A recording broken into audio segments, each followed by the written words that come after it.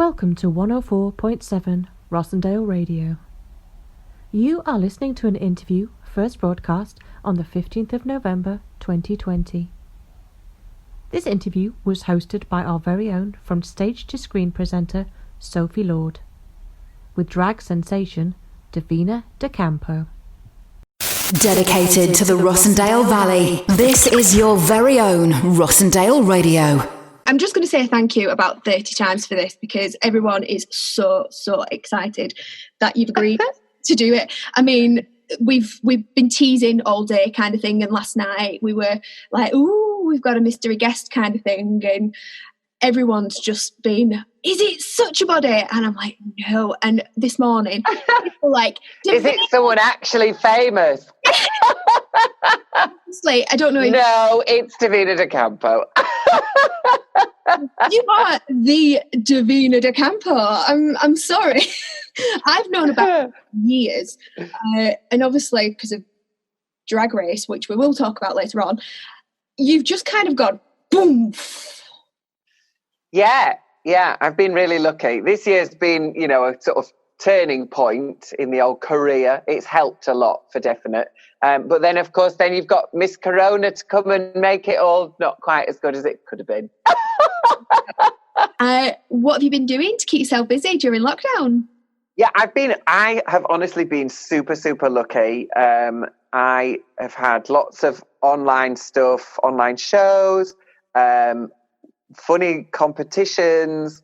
I did a thing that Mel Gidroyd was involved in, which was called the Isolation Song Contest. Yep. And I was Australia. It was really great fun, like genuinely really great fun to do. That was good. I linked in with Just Like Us, who run National Schools Diversity Week, and did lots of work with them through the first lockdown. Then I had a little tour with Club Kids through the very small window of opportunity that we had to go and actually do live shows. Yeah. And while that's all been happening, I've also been writing Christmas songs. Ooh. Because, why would you not write some Christmas songs? So I'm releasing a 4-track EP on the 20th, which is next Friday. It's on pre-order now, so you can pre-save on iTunes and Spotify and Google, all of those things. It's called Red and Silver. Oh, wonder why that is.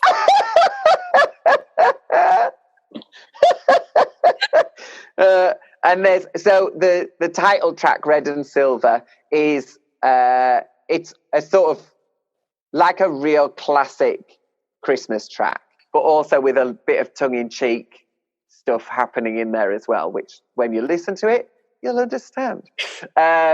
We already have it on pre-order because why wouldn't we? Why wouldn't you?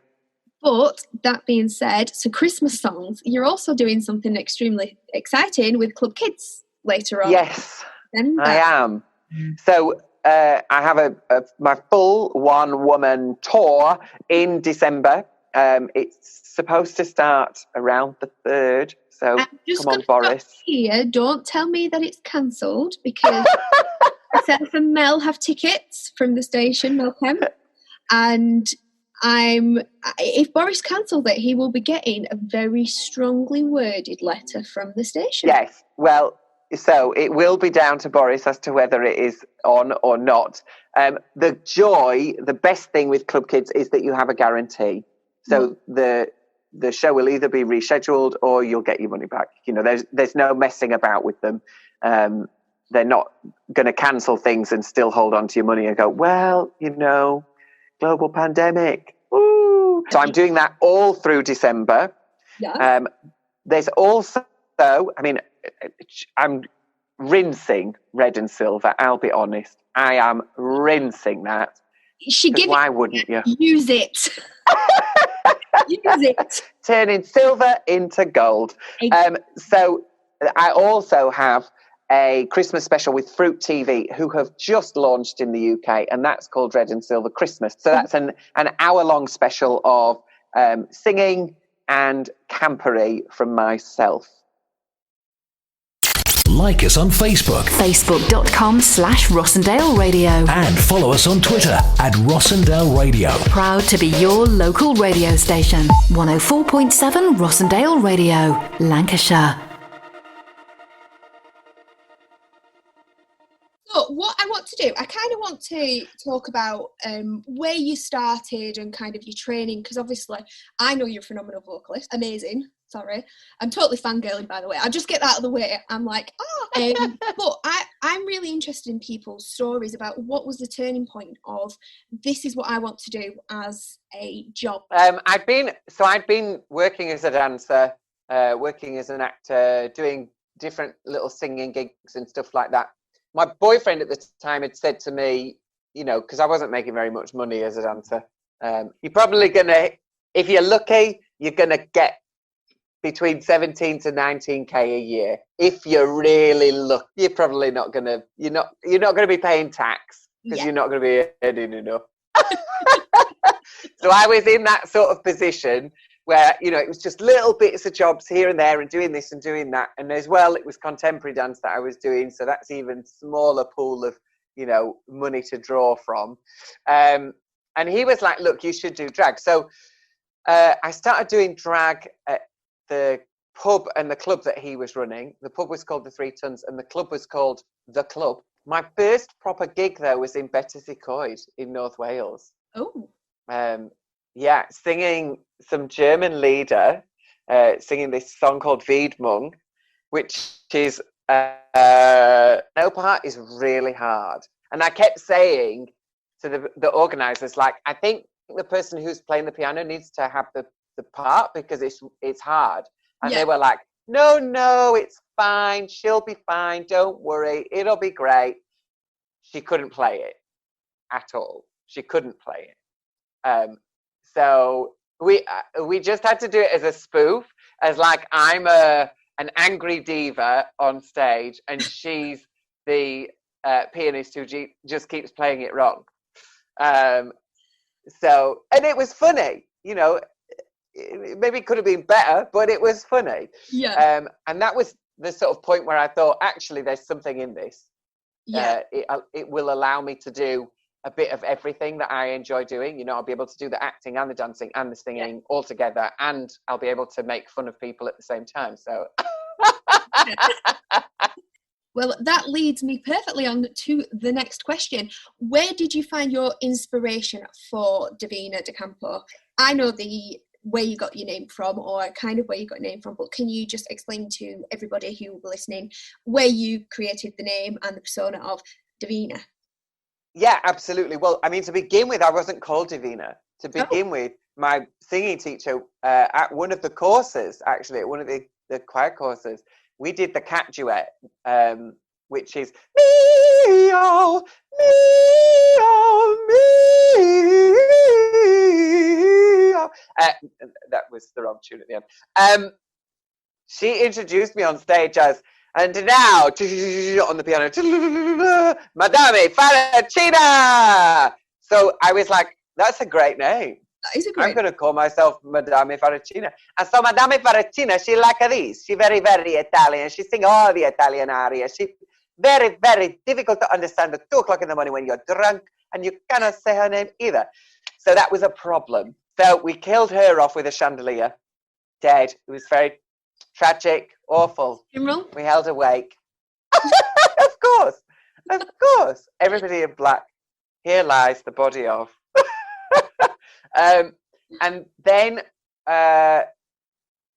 we had a Name the Drag Queen competition. So I had a post box in the DJ box, and people put different names into the box that they thought would be good for me. They were all awful. Every single one of them was terrible. So I decided I'll put my own slip in, and that'll be the one that wins. It has. Yeah. So Divina is Italian for divine.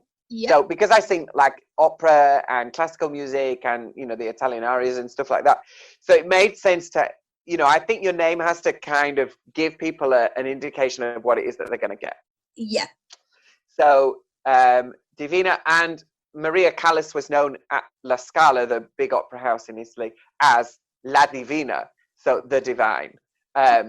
And then, of course, you have Divine, who is one of the most influential drag queens ever. So perfect. There we go. That makes sense. Divina. And then De Campo, because I'm just camp. Mate, so camp. And people kept going, oh, she camp, isn't she, this one? You know, whenever they'd meet me. So it just made sense, really, to go with that. At home, in the office, in the car, wherever you are, you can listen to 104.7 Rossendale Radio. Now we're going to talk about the big Drag Race, because we can't have an interview without mentioning Drag Race, can we? No, we can't. How was it? Really, how Crazy. Stressful, anxiety-ridden, pressured, bonkers, absolutely bonkers. The amount of stuff that you have to do in one day is insane. It really is absolutely crazy, the amount of stuff that you have to either make or learn or write or create. You know, it's constant. There is no point in the day where you're going, oh, I'm bored, I haven't got anything to do. You know, there's constantly something to do. An amazing experience. Yeah. But one that you definitely need time away from to decompress. First season. I'm going to say it again, and that's kind of it. We've got a general consensus that you were robbed. I'm not angry about it because the time has been and gone. We're still angry. I'm not. Honestly, for me, Vivian was the right winner. She was so strong the entire way through, and I was such a ball of anxieties and stress that you know, if I went back, I think it would be different. Obviously, everybody gets the edit or the villain edit or whatever kind of edit it is. Obviously, you mentioned the Vivian, and she was extremely strong. Nobody can say no to that. Absolutely. Obviously, the edit kind of had a bit of a headbutt between yourself. Was it really that bad? We're hoping not. Oh God. Honestly, it was probably worse.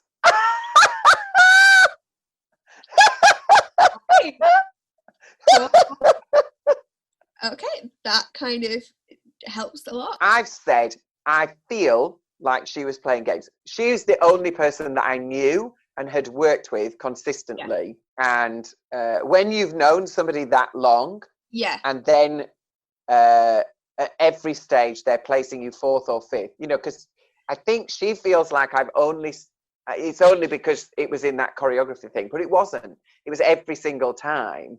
And that either that means that you are totally ignorant of everything that I've done.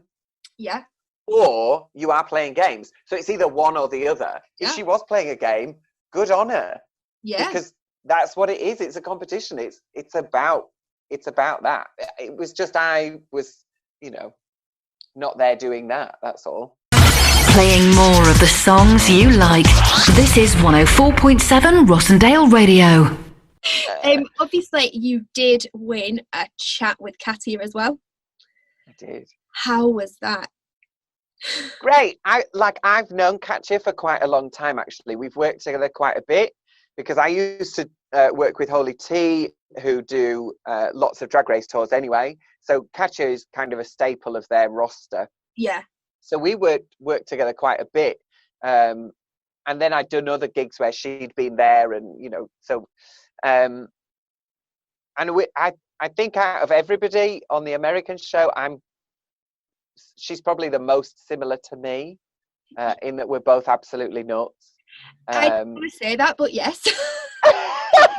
It's fine. And that's, you know, it's fine. I can totally own that. That's fine. And Katya's amazing. She's also about 500 times smarter than I am. Like, she is an incredibly clever person. Which I think, you know, is part of why she's as crazy as she is, because she's got so much in that head. She doesn't know. Where's this, you know, there's no space. So it was lovely, actually. And I'd already got to the point where I was going, what are you doing? Why are you so stressed? You don't need to be stressed. No one dies. And then talking to Katya and her just reaffirming that was really helpful, actually. Brilliant. Right, so we're talking about American Drag Race at the moment. Out of any of the queens, this is a question from one of our listeners. Any of the queens, UK or American, you've got all the seasons to choose from. Obviously, you have worked with a lot of them already. Not jealous. Who would you want to work with the most? I mean, there's so many of them. I'd like to work with Jan. I think that would be great fun. Mm-hmm. And I think we could do some really good fun projects. I'd love to work with Alaska or Willem just because I think they're hilarious. Yeah. And I mean, anybody. I'm not kind of. I kind of beat that thing out of myself where I like this and that's it. Yeah. You know, so I don't want to do anything with this.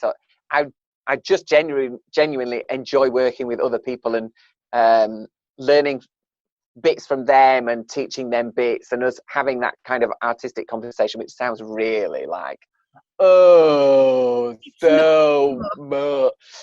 But I enjoy that. I enjoy that process. We do have a lot of up and coming drag performers in the Valley, one of which she sent you a voice message. So yeah. But this is Eterial Avalon, who is a local drag queen, and I'll send you some pictures as well of her. This is De Campo of the Divina. My name is Eterial Avalon, and I am coming to you live from the gallery. Yes, the Creative Arts Gallery. I just wanted to send a message because when I found out my fabulous, talented friend Sophie was having you on her show, I simply had to pop the question, could I just say a few words? And I just like to say, Divina De Campo, as a 23-year-old crossdresser, you are quite the inspiring figure. The honesty of your personality, the humility, the contribution to the community, the constant use of your platform, it inspires me to try and aspire to meet you there and be what you are for the community. The showing on Drag Race, oh, I love it. It was a clear champion for the community. And just thank you for everything you do. And I love you very much. Eterial Avalon. Oh, thank you, Ariel. Make sure you keep your sheets whiter than white. 104.7 Rossendale Radio. Thank you for listening to Rossendale Radio's interview with Divina De Campo. Please do check out our website www.rossendaleradio.com for more enticing interviews.